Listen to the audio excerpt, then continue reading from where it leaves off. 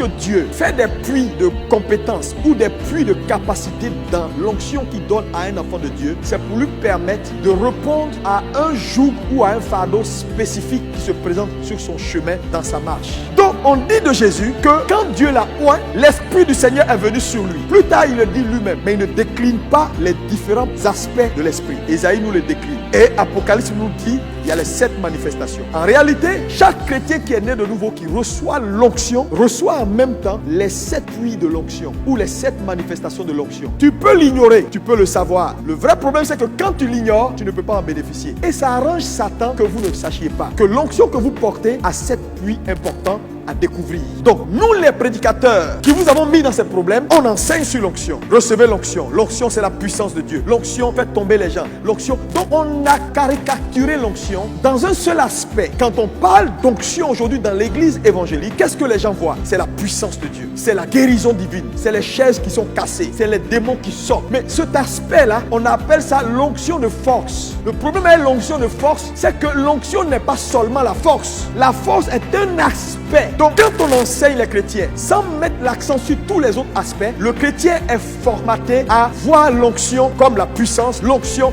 quand tu as l'onction de Dieu, tu fais des exploits. Les gars, recevez l'onction de Dieu. Il vous faut l'onction de Dieu. Mais quand il parle, dans sa tête, recevez la puissance. Tu vas vous faire des miracles. Tu vas vous faire chasser des démons. Tu vas vous faire descendre le feu du ciel. Quand vous marchez comme ça, les démons tremblent. Voilà comment les gens ont formaté l'onction. Donc, vous allez voir quelqu'un, par exemple, qui est très puissant, qui manifeste l'onction, qui guérit des malades, qui est un prophète excellent, qui fait plein de choses, mais qui a du succès dehors, mais qui a échoué à la maison. Il est seul, il n'a même plus de femme, parce qu'il a tout pour chasser les démons dehors, faire tomber les gens, mais il n'a jamais compris qu'il y a un puits qu'on appelle l'onction de sagesse qui peut lui permettre de bâtir son foyer. En fait, le point que je vais vous faire comprendre, c'est que vous devez prier pour ne pas être limité. Frère, vous allez faire face dans la vie à des défis. Et ce n'est pas les mêmes solutions pour résoudre tous les problèmes. Chaque problème qui vient a sa solution ou a sa combinaison de solutions. Donc, tu vas rencontrer des problèmes où l'onction de force sera suffisante pour régler le problème. Tu vas rencontrer d'autres problèmes où le Saint-Esprit va juger que l'onction de force n'est pas suffisante, mais il faut ajouter à l'onction de force l'onction de conseil. Où il va te dire force, conseil plus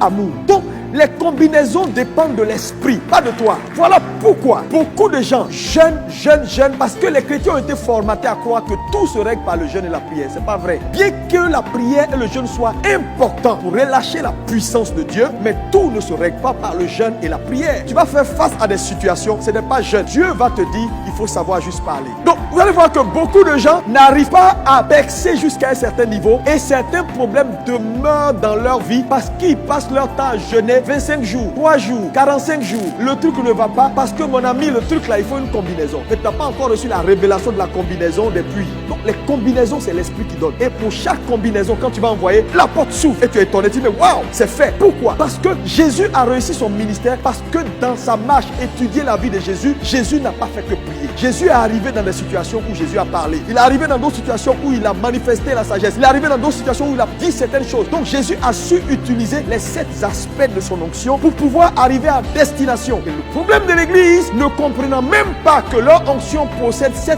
manifestations ou 7 puits, alors pour tout, ils sont sur un aspect. Donc on considère celui qui chasse les démons, celui qui guérit les malades, celui qui prophétise, mais on ne considère pas celui qui peut enseigner et te permettre de voir au-delà des Écritures ce que tu ne peux pas voir. On considère celui qui peut venir, il fait comme ça, tout le monde tombe, mais on ne considère pas celui qui a une sagesse infinie, comme celui de Achitophel. Quand il te donne un conseil, le conseil peut te faire entrer à la présidence. Ça là, on ne considère pas, on dit ça c'est sagesse. Donc voilà le drame de l'église. Je vais vous donner quelques exemples dans la Bible pour vous montrer chaque aspect de l'onction. Numéro 1, l'onction de connaissance. Regardez ce que dit la Bible. Il dit, le mot révélation et connaissance, c'est la même chose. Là où il n'y a pas de révélation, le peuple périt. Donc il dit, partout où vous manquez de bénéficier des effets de l'onction de la connaissance, c'est sûr, vous allez périr. Jésus avait la connaissance. Jésus était trop fort. Frère, il n'y a pas son deux. Il était dans les Écritures. Il dit, vous connaîtrez la vérité et elle vous affranchira. Frère, si tu n'as pas la conscience que tu as cette onction-là, que tu peux activer pour venir à ton propre secours, tu vas chercher dehors ce que tu as déjà dedans. Et tu vas courir après du vent. Parce que ce que tu as, tu vas poursuivre quelque chose qui n'est pas, mais qui est déjà en toi. L'onction numéro 2, c'est l'onction de force. Acte 3, versets 1 à 4. Donc ici, ils ont manifesté l'onction de force. Dans l'histoire de Lazare également, vous pouvez voir l'onction de force en manifestation. Jésus qui vient devant le tombeau et qui regarde et qui dit, Lazare, je te commande de sortir. Il laisse exerce la force. Et la Bible dit, le joug qui tenait Lazare dans la mort n'a pas pu tenir parce que la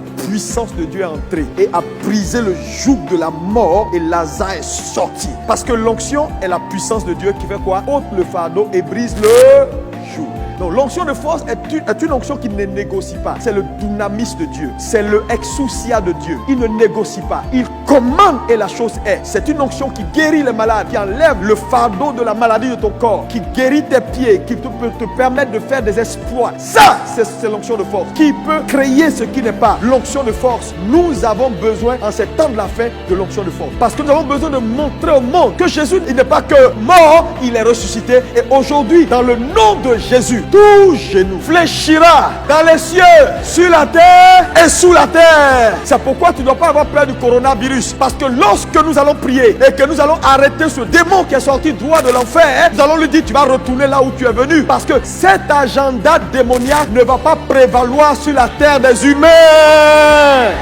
Troisièmement, l'onction de sagesse. Luc 20, versets 22 à 25. Regardez ce verset. Quel était le joug et le fardeau dans ce verset? Les gens voulaient piéger Jésus pour le lapider. La question qu'il pose là, c'est le piège. Parce que si Jésus répond oui, on paye, ils vont le lapider. S'il répond non, ils vont le lapider. Donc Jésus était dans un dilemme où, ici là, ce n'est pas au nom de Jésus-Christ. Sors des morts. Non, non, ici là, ce n'est pas des morts. Ici, ce n'est pas l'onction de force. Ici, ce n'est pas l'onction de quelles sont les Écritures. Non, non, ce n'est pas aussi l'onction de connaissance. Donc Jésus va shifter parce qu'il a vu la situation, il a vu le type de joug et de fardeau qui se présentait à lui. Donc il shift et il passe dans la facette de l'onction qu'on appelle la sagesse. Maintenant il regarde, il dit, vous avez quoi en vos mains? Il dit une pièce. Il dit ok, il y a l'image de qui dessus? Non, c'est l'image de César. Ok, à César ce qui appartient à César et à Dieu ce qui appartient à Dieu. Il coupe la poire en deux. Il dit pas non, il dit pas oui, il est sauvé. C'est l'onction de sagesse qui est entrée en manifestation. Frère, si cette onction t'a manqué, tu vas faire des exploits dans la vie, mais tu seras un homme malheureux.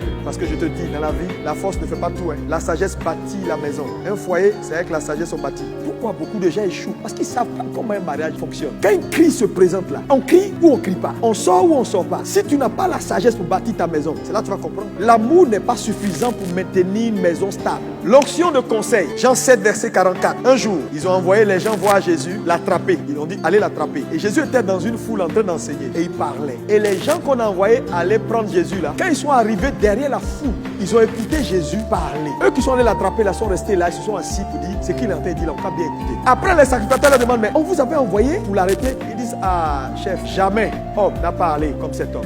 Ce qu'il a dit là, ça nous concernait aussi. Donc on s'est assis, puis on a oublié la mission. Donc quand quelqu'un a cette onction là, frère, quand il parle, il peut te donner des indications dans ta vie ou concernant tes affaires et tu ne rates pas.